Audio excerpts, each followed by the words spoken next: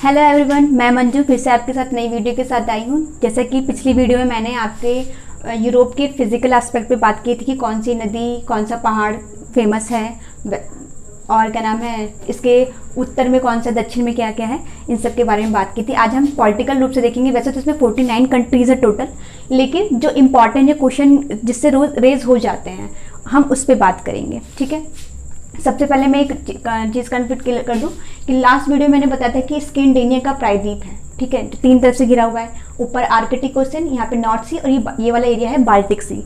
ठीक है, इस पे 3 कंट्री आती है। अगर आप फिजिकली उसमें मानचित्र में देखोगे, प्राकृतिक मानचित्र पे देखोगे, तो नॉर्वे, स्वीडन और फिनलैंड है। लेकिन इसमें आइसलैंड और आपका डेनमार्क भी कभी कभी कंसिडर किया जाता है। तो 5 कंट्री, अब अगर ऑप्शन आ जाए 5 कंट्री, या फिर ऑप्शन में दे दे कि आयरलैंड प्रायद्वीप को कौन सा कंट्री है, उसमें ऑप्शन डेनमार्क और आइसलैंड रहे तो आप टिक कर सकते हैं।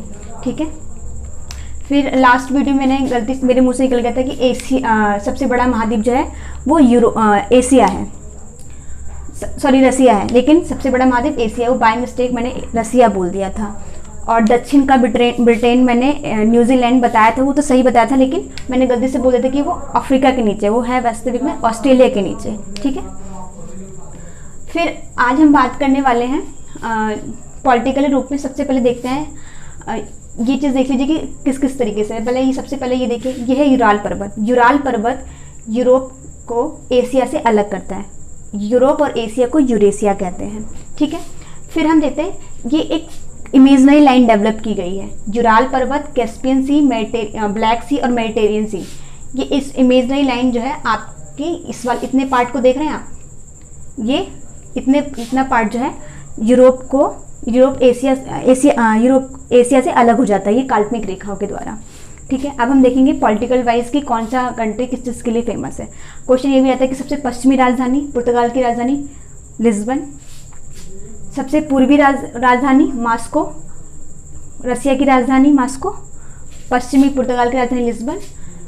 उत्तरी राजधानी आपका ये रहा, आपका आइसलैंड। ठीक है, आइसलैंड है, आइसलैंड की राजधानी रिक्जाविक। ठीक है, फिर क्वेश्चन कई बार आता है कि मेडिटेरियन सी में कौन सी राजधानी है। मेडिटेरियन सी में द्वीपीय राजधानी, तो ये है आपका छोटा सा माल्टा। माल्टा की राजधानी वैलेडिटा। स्पेलिंग लिख देती हूँ मैं, सॉरी, वैलेटा।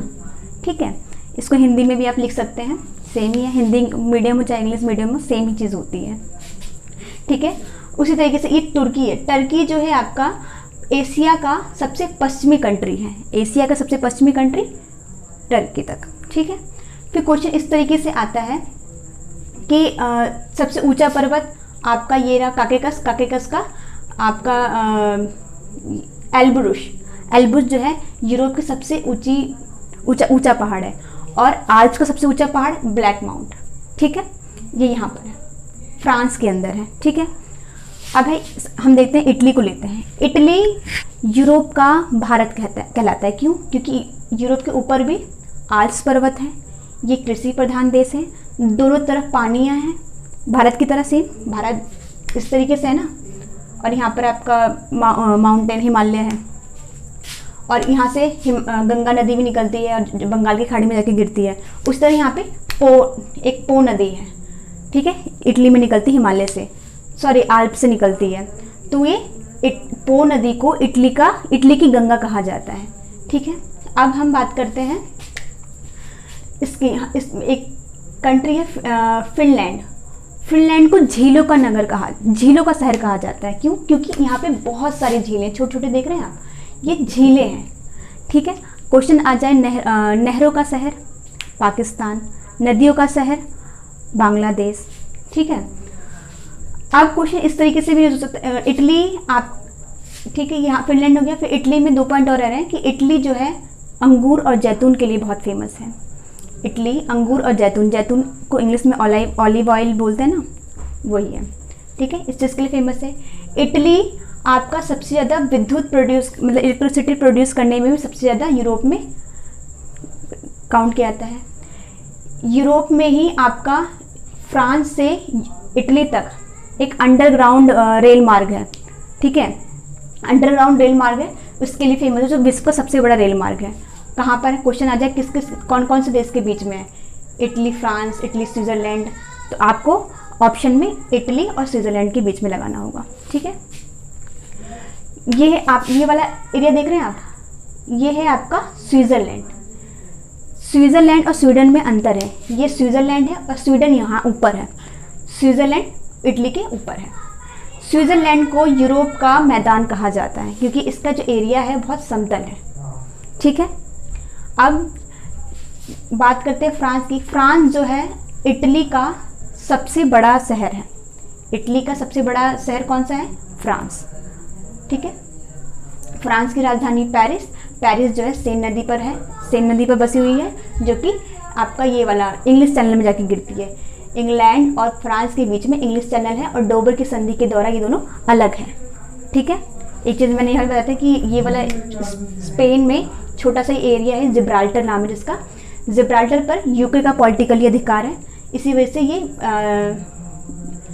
अटलांटिक सी और मेडिटेरियन सी को अलग करती है, जोड़ती है और दोनों भूभाग को अलग करती है। संधियाँ हमेशा भूभाग को अलग करती है और पानी को जोड़ती है, इस चीज़ को आप हमेशा याद रखिएगा। ठीक है, अब क्वेश्चन इस तरीके से भी आ सकता है, दो नदियां हैं, वैसे नदियों के बारे में अलग से बात करेंगे हम, लेकिन इसमें दो नदियां इंपॉर्टेंट है। यूरोप की सबसे लंबी नदी, तो सबसे लंबी नदी यहाँ से निकलती है, वोल्गा नाम है उसका, वो कैस्पियन सागर में जाके गिर जाती है। एक नदी है आपका डैन्यूब नदी। डैन्यूब नदी की खासियत ये है कि ब्लैक फॉरेस्ट से निकल के माउथ ऑफ डैन्यूब में जाके गिर जाती है।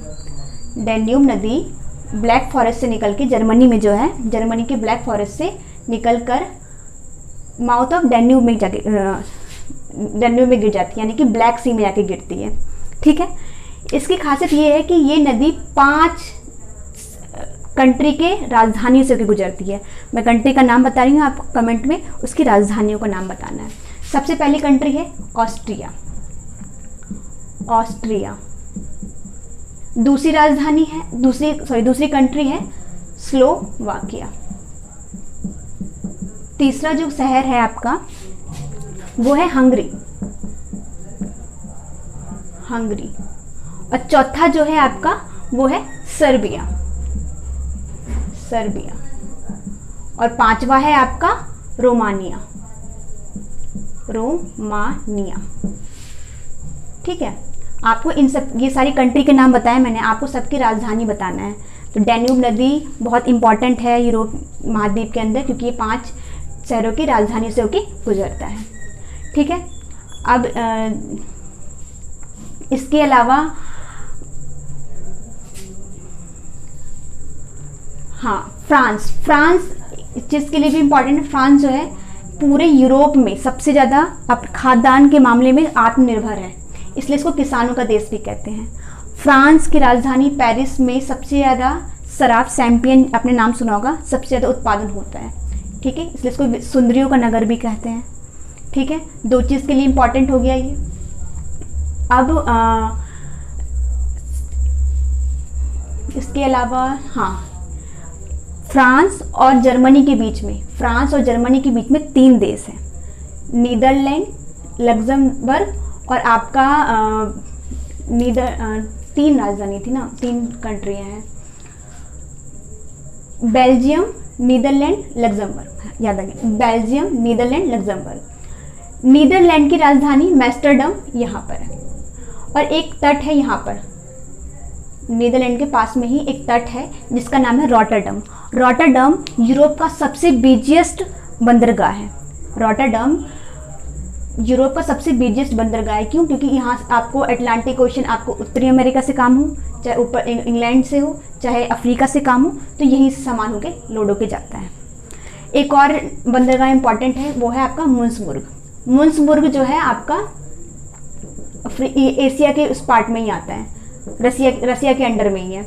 ये इम्पॉर्टेंट इसलिए है क्योंकि अगर हम जब कर्क रेखा से ऊपर की तरफ जाते हैं, ध्रुव की तरफ बढ़ते हैं, तो ठंडा हो जाता है प्रदेश, लेकिन ये इतना यहाँ पे बर्फीला एरिया होने के बावजूद भी ये सालों भर खुला रहता है।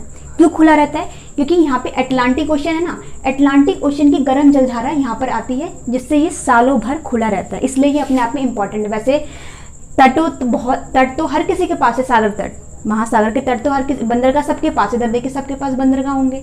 लेकिन ये इंपॉर्टेंट मुंसमुर्ग इसलिए हो जाता है क्योंकि सालों भर खुला होता है, क्योंकि बर्फीली एरिया होने के बावजूद भी सालों भर खुला रहता है। क्यों खुला रहता है? क्योंकि अटलांटिक ओशन की गर्म जलधारा यहाँ पे पहुँचती है, जिससे ये खुला रहता है। ठीक है, बस आशा है आपको ये वीडियो पसंद आया होगा। अगर आपको पसंद आता है तो आप लाइक कीजिए, सब्सक्राइब कीजिए जैसा मैंने पहले कहा, और अपना समय देने के लिए धन्यवाद। Thank you.